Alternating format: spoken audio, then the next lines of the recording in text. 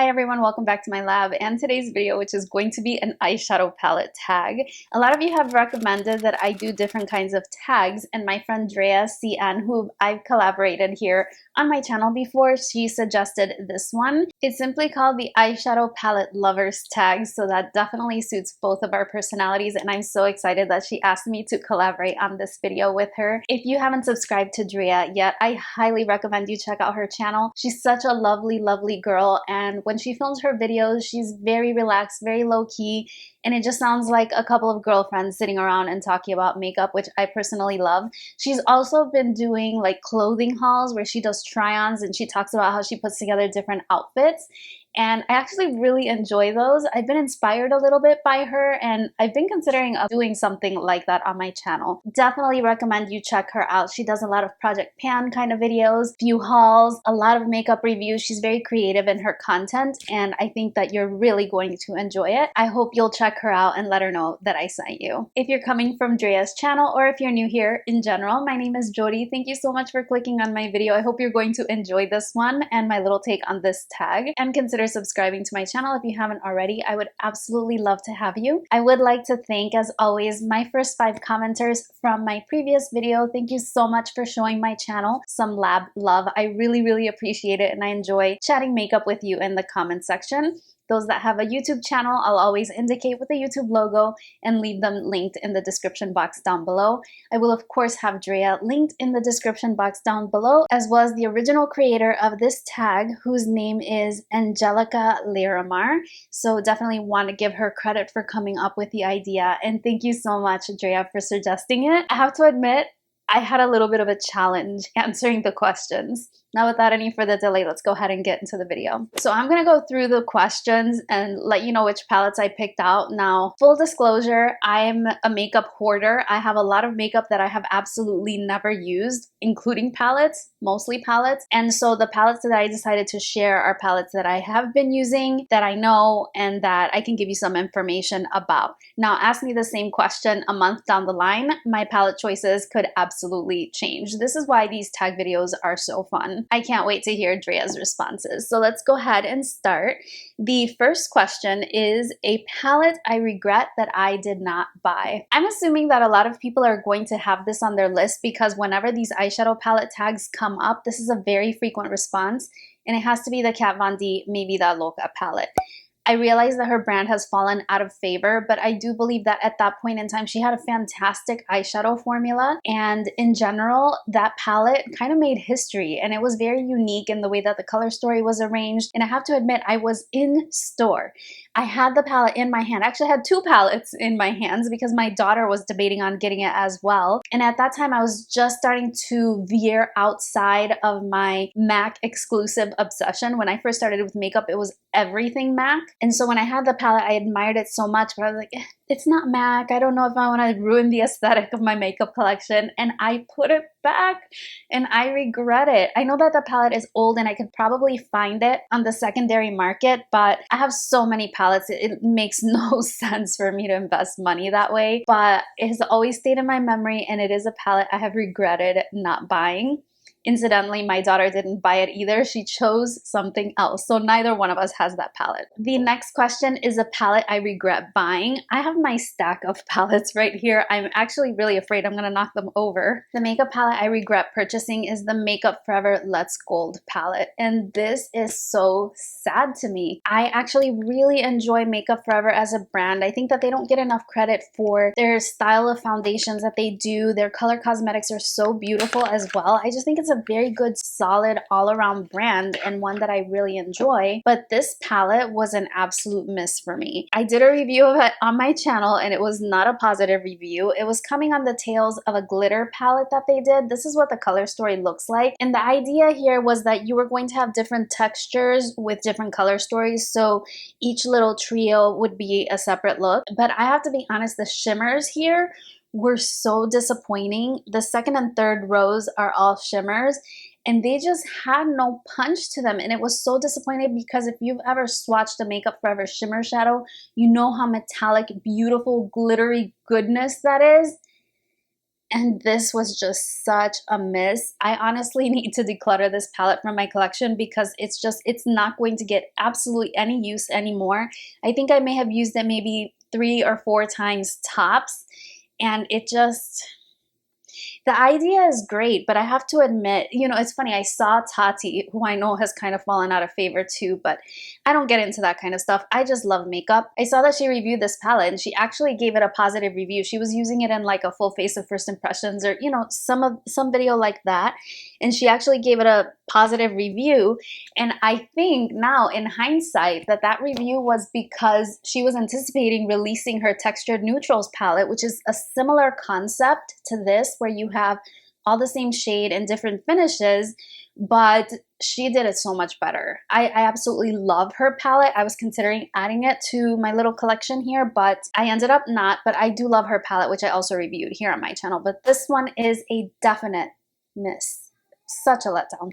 Such a letdown. Next, we have a palette I haven't used as much as I thought. And honestly, I could have hundreds of palettes in this category because I have that many palettes that are completely unused. But this is going to have to go to the Natasha Denona Bronze palette, which is one of the newest Natasha Denona palettes to launch. I bought this when I saw Alejandra Lissette's review. She really enjoyed the quality of the palette. And let's be honest, I would have bought anything Natasha Denona created, but here's what the palette looks like. And it's one of her smaller palettes that retails for about $65, and it's got a warm neutral color story with a variety of different textures here. The palette is absolutely beautiful. It's right up my alley in terms of a color story because when I'm wearing neutrals, I do prefer warm neutrals, and this definitely will do it for me, but I just have not gotten around to using this palette just yet. And so it's definitely a palette that I haven't used as much as I thought. When I ordered it, I was thinking, oh, I'm going to be using this every day, but I've been trying other palettes. I've been trying the Mel Thompson Tiny Marvels palette. I just tried the Juicy Boost palette by Colored Rain. And so I've been so busy trying out new makeup that I just didn't get around to this palette. And it's such a shame because it's such a beautiful, beautiful palette, beautiful color story. I definitely need to get around to using that one. Next, it's a palette I used more than I thought. And I have to admit that that's going to go to a Charlotte Tilbury quad. This is a quad that I have featured on my channel before as a favorite. This is the Queen of Glow Luxury Eyeshadow palette. And it's one of those that she launched to enhance different eye colors. But this is the neutral one. And here's what that palette looks like. It looks quite dull in the pan, not too much different than the other palettes that I've showed you, but there's something about having a complete look in a tiny little portable, easy to use palette that makes me reach for it over and over again. I mean, I'm even getting a little bit of hard pan in that shade because I continuously use it. And I especially like this palette for work because I can create a beautiful look that really highlights my eyes as a feature on my face. And it's just so beautiful and easy. I can complete a full look in just a couple of minutes using this little palette. And it's funny that it would be featured as a palette I use more than I thought because I've always come down pretty hard on Charlotte Tilbury and the prices of these quads. These are about $53 for 4 teeny tiny little shadows. But if you find one that has a color story that's curated, that's right up your alley, I do think that the quality is very, very beautiful. And I don't think you would be sorry if you decided to pick it up maybe during a sale or something like that. It's a beautiful little palette. So again, this was the Queen of Glow Luxury palette. And I have a single go-to look with this. I'm not going to be saying I'm going to be making 20 different looks using this tiny little palette, but it's just so easy, and for work, it is perfect. Next question is my favorite half neutral, half colorful eyeshadow palette. And I don't know if you're going to agree that this meets the category, but it definitely meets the category for me. This is the Natasha Denona Gold palette, and on any given day, this palette is like top 3 in my collection.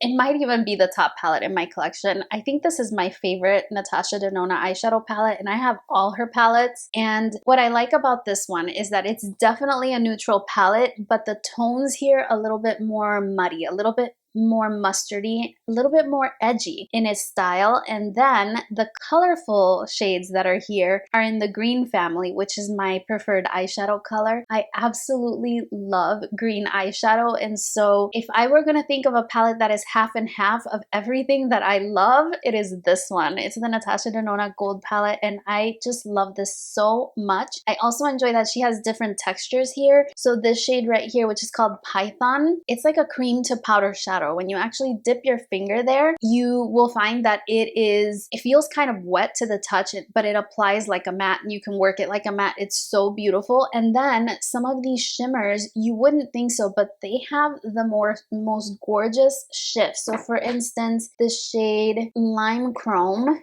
is this one here, and on screen it's actually pulling lime, but if I'm looking at it, it looks more like a bronzy shade. So it's just these tones that shift between murky browns, a little bit of more edgy browns, mustard tones, and greens. This is everything that my dreams are made of, and so I absolutely love this palette. It's gorgeous. Yeah, this is my favorite palette ever. There, I said it. Next is a palette I bought for the packaging. So much so that it is still in the packaging. This was a super highly sought after eyeshadow palette. It was the very first Sephora and Moschino collaboration. It's a teddy bear shaped palette. It opens up and then all the colors are inside. I definitely bought this strictly for the packaging. I think it's so cute in this box that it looks like it's an actual toy, and it's just so cute. It says this is not a Moschino toy, and it's just such a cute little palette. I know some people have opened it up and set it out to decorate their vanity space, and it's definitely adorable, but I've never used it. I bought this for the packaging. The cuteness factor just did me in. But I've heard from the laptop palette that they did that the quality of this palette actually isn't half bad. So maybe I'll have the heart to crack into this at some point. But yeah, definitely bought this little guy for the packaging. I haven't opened it, so I'll insert a picture of what it looks like open. Next, we have a palette that I like the shimmers more than the matte, and I could have selected any palette from this brand. This is the Juvia's Place Tribe palette, and I chose this one specifically because I'm gonna open that one up. You will see, again, it's got those mustardy tones with the greens. There's just something about this color story. You're going to see it again, actually, at least twice. This is just my color story. And this palette is beautiful. Now, I do like the mattes. You can get them to work really well. It's just they're a little bit powdery, and then depending on the colors that you're using, they can be a little bit chalky. And so you kind of have to build them up a little bit, and you have to take your time with them. I'm not saying they're bad quality. It just takes a little bit more time to build. On the other hand, the metallics are liquid molten metal. They're just gorgeous, absolutely beautiful, and they are consistent. So any Juvia's Place palette that you might have, the metallics are going to be divine. They're just gorgeous. And so with the Juvia's Place line, the metallics is something I definitely enjoy more than the mattes. Next is a palette that I like the mattes more than the shimmers, and that's going to go to another Natasha Denona palette, and that's going to be the Natasha Denona Tropic palette. So the shimmers in this palette were a little bit harder to use. They're a little bit more firmly pressed. She was toying with a different formula for her metallics, and so they were just a little harder to use. I still enjoy them. I still think they're great, but the mattes in this palette is where the palette really shines, in my opinion. And I also liked that within the Natasha Denona line, when this was released, most of her palettes had a lot deeper shades of mattes, super deep. And these were actually lighter, so it could give you a more fresh look. It was also something that launched in the summertime, which was super appropriate at that time. And I just really enjoyed that. It was very different for her at that time. I know that she's doing lighter shades, more pinky tones now, but back then, these were the lightest matte shades in her collection, and if you like those softer, more romantic looks for every day, this was great in that case. And the mattes absolutely surpassed the shimmers in this formula, which her shimmers are usually spectacular, so it was just something that stood out to me with the Tropic palette. Next is a palette that happily surprised me. It is the NYX Netflix and Sabrina Part 3. I guess that was just the name of the show palette. So this was a NYX palette, and I've used NYX shadows in the past, and I can get them to work just fine. But here's what this one looks like. This is a beautiful, beautiful palette. This was such a pleasant surprise. I'll be very honest that the shade that made me buy this palette is the shade Ambrose, because I was swatching it in store and I felt that it was a dupe for the Chantecaille Pangolin shade, and that Ambrose shade is a beautiful shade. It never fails that if I'm ever wearing this palette, someone asks me what's on my eyes. In addition, there are some face colors at the bottom. The blushes were great. I really enjoyed that. The highlighter was a little bit too deep for me, but that's fine. I definitely have other highlighters in my collection that I could use, but I actually had this palette on my desk for a while because this was another one that was in pretty high demand and people were trying to get it, and I was playing with it pretty frequently since it was sitting on my desk for so long because I didn't feel comfortable doing a review without fully trying out a lot of the shades. And I came up with so many different looks using this palette. I came up with some mauve-y looks, some neutral looks, some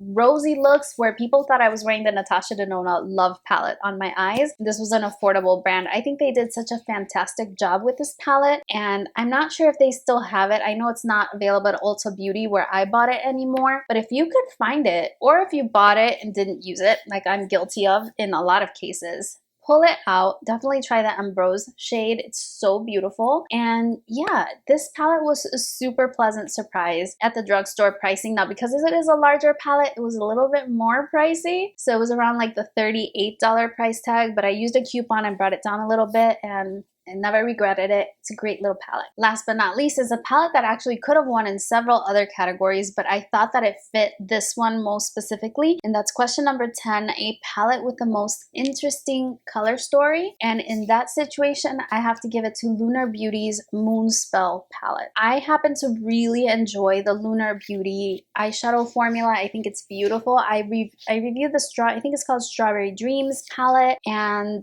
I have the Life's a Drag palette as well. And when I saw this, I absolutely love everything witchy. The packaging sold me immediately. I was thinking about using this for the packaging, but it also has an interesting color story, so I'm gonna put it in that category instead. This palette is beautifully made. It was a holiday launch for Halloween, and honestly, this needed to be a permanent item in the collection. Look at this color story. So it has greens, it has pinks, it has purples, and it's just so beautiful. There's different textures to the metallics. So for instance, the Phoebe shade here is more of a topper shade. Some of the other metallics are a lot more intense, but again, you can see that there's a lot of greens here in the palette. There's some neutrals in the middle and then some pinks, and I just think that's such a beautiful color story. This palette, in my opinion, is extremely underrated. Extremely underrated. I know Sephora had it for a while. If you have a local Morphe store, they may still have it. If you see it, this is extremely underrated and very, very beautiful. I think the color story is so interesting here. Purple and green kind of look good together. You know, I think of those Joker-esque looks that I always veer towards. And in the back of my mind, I always have this palette. And I really love the theme, how he named it after pop culture witches. It was just really, really well done. This palette has a super interesting color story. There's no way not to do something creative here. It's so beautiful. I love it. So that is it. That's everything for this eyeshadow palette lovers tag. It was definitely fun crawling around in my makeup collection back there, looking at all my palettes and picking out the ones that I thought best suited these categories right now. Again, this could totally change if you're asking me in a month or two, but I think for now this was great. I can't wait to see what Drea responded to this tag. It's such an interesting thing to look at your collection and think about why you love certain things and what's special about one palette over another, because you know they're all our children and we love them all, with the exception of those palettes that really just disappoint. I hope you enjoyed this video. Definitely go check out Drea's responses. I can't wait to see what she says. She has a rather large collection of eyeshadow palettes as well, and so I'm very interested to see what she's going to come up with. Definitely check her out and say hello. You're going to love her. Thank you so much for joining me for today's video. Don't forget to hit that subscribe button if you haven't already, and join me over on Instagram. I've been sharing on Instagram a lot more, a little bit more day-to-day behind the scenes kind of stuff, and I'm having a lot of fun with it, so I would love to have you join me over there. Other than that, that is everything for me today. Thank you so much for watching. I hope you're doing really, really well, having a wonderful day, and I look forward to seeing you again very, very soon on my next one. Bye-bye.